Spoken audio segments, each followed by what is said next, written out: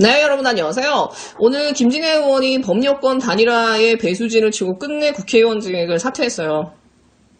더불어민주당과의 단일화, 박영선 장관과의 단일화에 올인하겠다 하면서 결국 자기의 이제 국회의원직을 던졌습니다. 제대로 한판 붙어보자고. 김진애 의원이 국회의원직을 너무 잘 수행했기 때문에 사실 마음이 짠해요. 근데 김진애 의원이 그랬잖아요. 지금의 시대 정신은 국회의원 김진애보다 서울시장 김진애를 원한다. 정말 지금의 서울 시민들이 원하는 국회의원, 그러니까 서울시장은 무엇일까? 박원순 시장을 뛰어넘을 수 있는 서울시장을 국민들은 기대하고 있잖아요. 이미 눈높이가 높아져서. 근데 지금 서울시장 선거를 보면 저 야권은 말할 것도 없고요. 사실 어저께 박영선 장관하고 우상호 후보가 단일화가 됐는데 뉴스가 거의 안 나와요. 왜? 국민들이 관심이 없는 거야. 더 이상 새로운 것을 기대할 수 없는 정치인으로한테 그냥 정치적인 공학에 의해서 지지율 높으니까 그냥 무조건 찍어야 되는 그런 상황이라고 하면 저는 어저께는 문득 그런 생각이 들더라고요. 잘하면은 이런 식으로 하면 뒤집어질 수 있겠다. 정치라고 하는 게 미국의 양당제도 이런 식으로 무너지면서 트럼프가 대통령이 되는 과정도 비슷하거든요. 양당제가 되면서 그냥 뭘 해도 두 개밖에는 선택권이 없는 거예요. 그러면은 정말 그 중간에서 정치의 희망을 보면서 막 끌어와올 수 있는 그 화력이 죽을 때 결국은 가장 큰 손해를 보는 집단이 뭐냐? 진보 정당이 훨씬 더 손해를 많이 본다는 거예요. 왜? 진보적인 사람들은 꿈을 꾸거든. 미래를 보고 싶고 더 나은 삶을 보고 싶은데 정치를 통해서 그것을 보지 못할 때 그냥 기존의 것과 아무런 차이가 없을 때 그냥 선거를 포기해버리거든요. 그랬을 때 이득을 보는 거는 극우들이고 보수정당이라는 거죠. 그래서 저는 문득 어저께 이러다가 잘하면 뒤집어질 수도 있겠다. 박영선 장관이 한두 가지의 어떤 문제가 나온다면 근데 정말 김진애 의원이 몸을 던져서 단일화에 올인하고 서울시장의 흥행에 올인하면서 국민들한테, 시민들한테 더 나은 후보가 누군지 한번 우리 자웅을 걸어보세요. 우리 한번 짝패가 돼보세요 하면서 박영선 장관한테 이 정도로 던졌다고 하면은 제가 볼 때는 박영선 장관도 멋지게 받아서 정말 시민들이 누가 더 나은 후보인지 누가 우리의 그 서울을 위해서 어떻게 보면 이제 서울은 세계적 도시이잖아요. 이 서울을 위해서 적합한 후보인지 선택할 수 있는 시간을 줘야 된다고 저는 생각해요. 그리고 이게 1년짜리 서울시장이기 때문에 올해뿐만이 아니라 내년에도 선거가 있잖아요. 그 내년의 선거를 위해서도 저는 이게 꼭 필요하다고 생각합니다. 민주주의에서 정말 진보정당이 성공하기 위해서 계속해서 지속 가능하기 위해서는 계속해서 국민들한테 새로운 후보들을 수혈해낼 수 있어야 되거든요. 김진애 후보가 열린민주당이기 때문에 받는 이 불이익은 이거는 너무 아니잖아요, 솔직히. 이건 시민들을 위해서도 아니잖아요. 저는 민주당이 과감하게 열린민주당을 지금 이 경선을 통해서 끌어들여서 열린민주당과 민주당이 서로 멋지게 단일화하는 모습을 시민들에게 보여주십시오. 그러면은 시민들이 뜨겁게 그 누가 후보가 되더라도 저는 지지할 거라고 생각해요. 네, 일단 김진애 의원의 선택에 아쉽지만 너무나 응원을 보내드리고 정말 김진애 의원의 선택으로 결국은 우리가 멋지게 승리하는 길을 새롭게 만드셨으면 좋겠어요. 그러면은 반드시 기회가 오지 않을까요? 네, 오늘 아침부터 언론들 보니까 난린데 윤석열이 그 언론들의 등 떠밀려가지고 지금 언론 플레이를 하고 있거든요. 근데 윤석열 이렇게 말하는 걸 보니까는 그냥 막 하는 것 같아요. 그냥 아무 말 대잔치예요. 아무 말 대잔치. 불이익을 주고 압력을 넣어도 검찰이 굽히지 않으니 이제는 일 자체를 못하게 하겠다는 거 아니냐. 원칙대로 길을 계속 뚜벅뚜벅 걸었더니 아예 포크레인으로 끌어와 길을 판에 없애려고 한다. 꾸준히 민주주의를 발전시켜온 우리 사회가 퇴보하고 헌법 가치가 부정되는 위기 상황에 서 있다. 국민의 관심을 부탁드린다. 불이익을 너한테 준 사람도 없고 압력을 준 사람도 없는데 원칙대로 길을 뚜벅뚜벅하게 걸었으면은 장모나 한동훈이나 와이프는 지금쯤 감옥에 가 있는 거 아니야? 윤석열 패거리들은 지금쯤 윤석열을 포함해 감옥에 가야 이게 원칙대로 간 거 아니에요? 꾸준히 민주주의를 발전시키고 우리 사회를 퇴보하고 발전시켜온 우리 사회가 퇴보하고 헌법 가치가 부정된다? 이거를 만든 게 얘잖아요. 윤석열이잖아. 본인이면서 본인이 몰라. 이건 완전 유체이탈화법이 이명박이야, 이명박. 근데 제가 볼 때는 오늘 윤석열이 인터뷰를 하고 언론 플레이를 한 핵심은 이거예요. 나는 어떤 일을 맡든 늘 직을 걸고 해왔지. 언제 이 직을 걸었니? 직을 건 적이 없는 것 같은데? 직을 위해 타협한 적은 없다. 맨날 타협하지 않았나? 직을 걸고 막을 수 있다면야 100번이라도 걸겠다. 예, 이게 지금 언론이 내놓은 타이틀인데요. 중요한 거는 이겁니다, 여러분. 뒷부분에 방점이 있어요. 그런다고 될 일이 아니다. 그런다고 될 일이 아니다. 이게 윤석열이 오늘 인터뷰를 한 방점이에요. 나 사퇴 안 해. 나 사퇴. 이게 이 사람이 언론들이 자기를 뜸을리니까 마지막으로 선언한 게 이거예요. 4개월, 5개월 남은 이 검찰총장이 사퇴의 배수진을 친다고 해서 그게 무슨 효과가 있을 것이며 어차피 이 사람이 사퇴 안 할 거라는 건 아는 거고 이 사람을 사퇴로 끌고 가고 있는 건 지금 어쨌든 검찰의 이익을 지키기 위해서 언론들이 이제는 윤석열을 버리는 수순으로 가고 있는 거 아니에요. 여기에 대해서 이 사람은 지금 반기를 돌면서 나름대로 보수 언론이 원하는 대로 인터뷰를 해주면서도 나는 사퇴 안 한다라고 지금 선언하고 있는 거거든요. 근데 오늘 딱 이 윤석열의 언론 플레이에 맞춰서 리얼미터가 바로 또 같이 이렇게 움직여줘요. 오마이뉴스랑. 윤석열 지지율 뭐 15.5%, 이낙연과 뭐 동률 2위.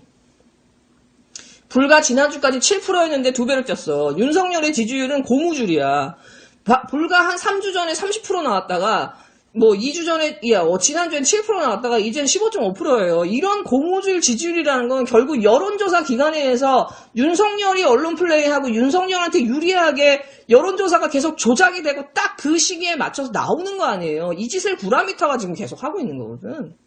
지금 작년부터 이렇게 보고 있으면은 진짜 이 리얼미터는 제가 볼 때 빨리 퇴출돼야 되는 기관이 맞아요. 예. 어저께 3.1절 이제 그 광복절 행사하고 굉장히 재밌었죠. 근데 그 광복회장 그 김원웅 회장님이 어제 그 김종배의 시선 집중해서 인터뷰를 했는데 그 인터뷰가 굉장히 화제가 됐죠. 더불어민주당 안에 친일파 재산 환수하는 거 반대하는 되게 친일적 성향의 의원들이 몇 명 있다. 내가 누구라고 말은 못하겠는데 대표적인 인간이 강북구의 피의원이다. 근데 이 피의원, 강북구의 피의원 한 사람밖에 없잖아. 박용진 바로 나왔죠. 그리고 오늘 이제 그 김원웅 회장이 인터뷰를 하면서 그 얘기했어요. 어떻게 보면 비극으로 끝날 수밖에 없는 그 희대의 기회주의자다, 박용진은.